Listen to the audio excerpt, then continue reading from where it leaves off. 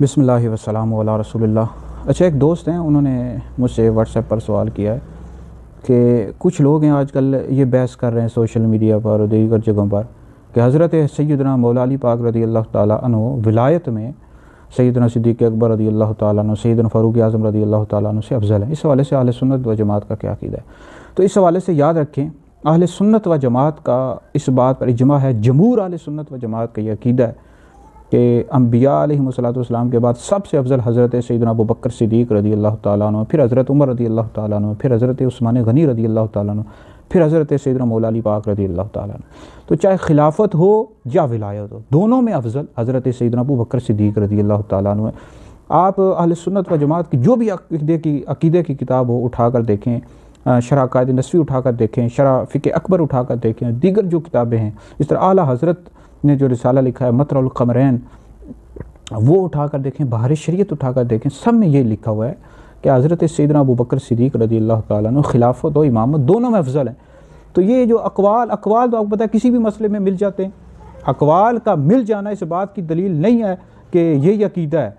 عقیدہ جو ہوتا ہے وہ جمہور یعنی کا جو موقف ہوتا ہے وہ عقیدہ ہوتا ہے، اقوال عقیدہ نہیں ہوتے۔ اقوال تو کسی مسئلے میں مل جاتے ہیں، اقوال تو اس مسئلے میں مل جائیں گے کہ حضرت سیدنا مولا علی پاک رضی اللہ تعالیٰ عنہ انبیاء علیہ السلام کے بعد سب سے افضل ہیں۔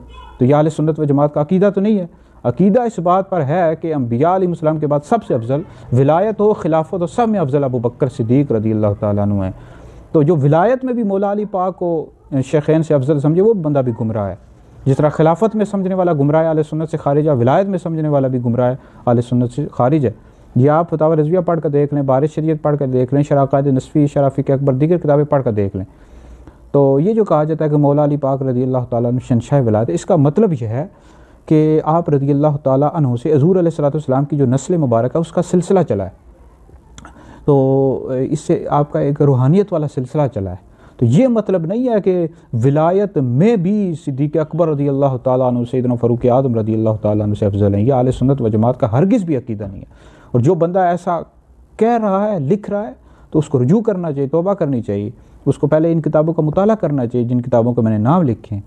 اہل سنت و جماعت کا یہ متفقہ عقیدہ ہے، جمہور اہل سنت و جماعت کا عقیدہ ہے کہ حضرت سیدنا ابو بکر صدیق رضی اللہ تعالیٰ عنہ تمام انبیاء علیہ السلام کے بعد سب سے افضل ہیں، خلافت میں بھی، امامت میں بھی۔ پھر حضرت عمر رضی اللہ تعالیٰ عنہ ہیں، پھر حضرت عثمان غنی رضی اللہ تعالیٰ عنہ ہیں، پھر حضرت سیدنا مولا علی پاک رضی اللہ تعالیٰ عنہ۔ تو اللہ تعالیٰ ہمیں اہل سنت و جماعت کے عقیدے پر قائم رکھے۔ اس حوالے سے میری کتاب بھی ہے افضلیت شیخین، اگر کسی کو چاہیے ہو، دلائل چاہیے ہو، تو ہم انشاءاللہ اس کو دے دیں گے کہ ولایت میں بھی سب سے افضل حضرت سیدنا ابو بکر صدیق رضی اللہ تعالیٰ عنہ ہے۔